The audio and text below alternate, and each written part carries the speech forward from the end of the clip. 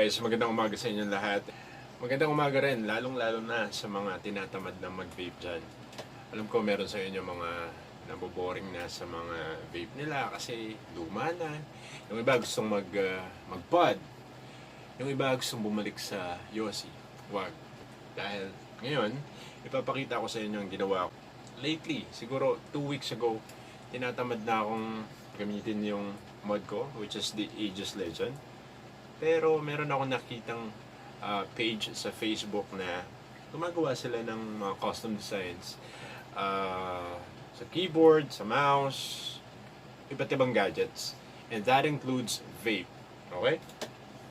So, I'm gonna show you some pictures of my Aegis Legend. So, ito na nga pala siya ngayon. Skinned with camo all around. Pero may mga parts na hindi na-cover dahil rubber siya. Yung sticker, baliwala kapag dinikit lang.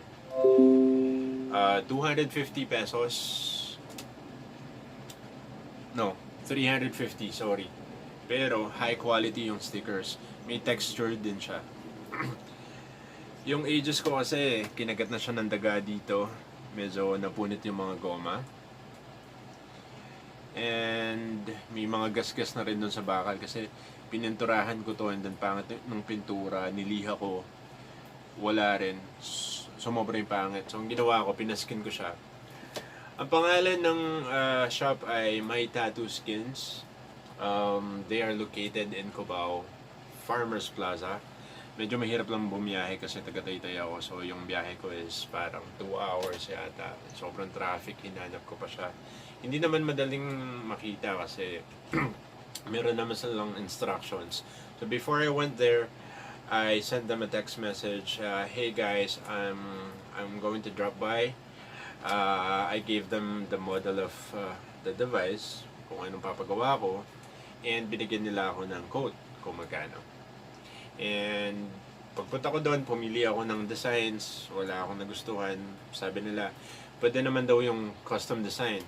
So, I went to Google, I searched, and I found this design.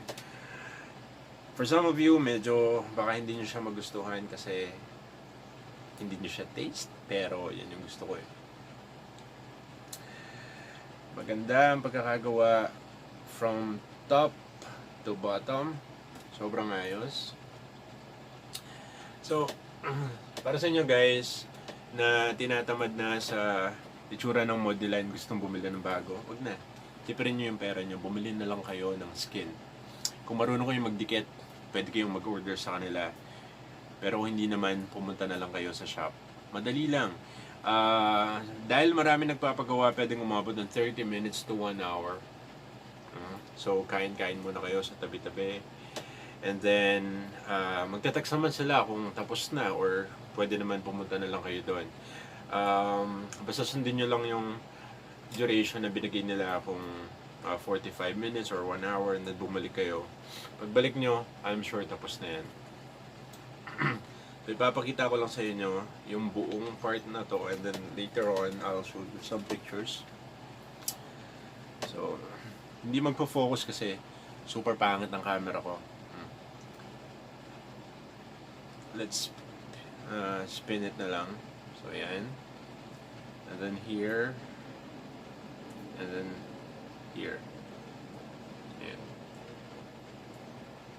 Super ganda, promise guys. That's for me, ah. Pero kung sa inyo, pili na lang kayo ng ibang design. Kasi, mostly sa atin na users ng Aegis, yung leather lang dito yung pinapalitan and then the rest, the same na lang. Pero ito, pwede kasama yung bakal. Ayun.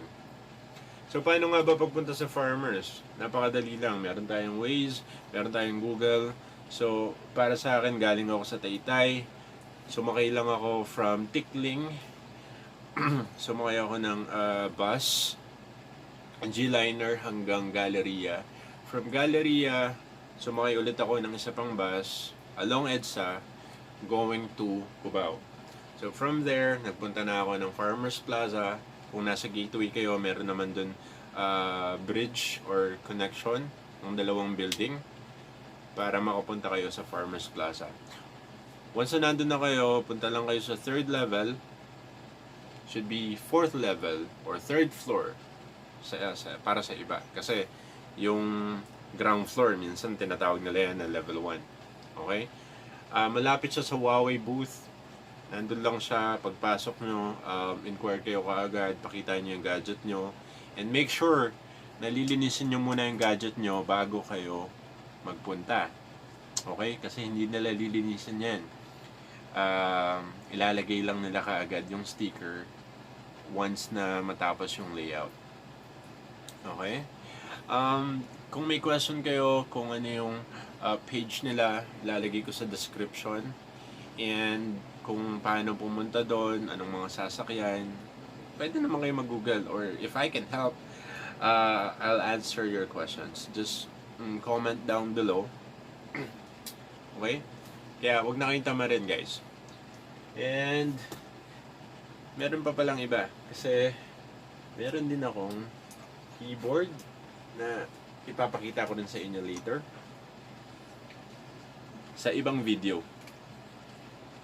Also, camo theme din siya. Dahil yun nga ang gusto kong mangyari. That's all for that. Siyempre, mag-subscribe kayo and hit the notification para once na ma-upload yung video about dun sa keyboard na yun, mano-notify kayo. Okay?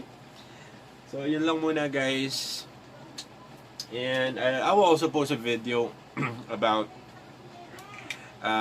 the comparison of RDA and the most popular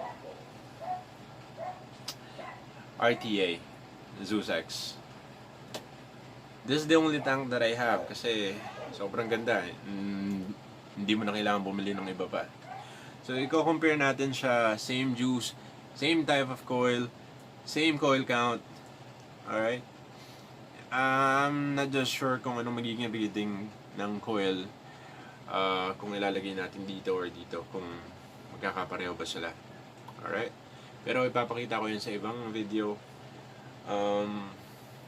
Before I leave, just watch this video of the pictures of my Aegis. Have a nice day, guys. Thank you so much for watching. Like, share, and subscribe. Bye. Ingat.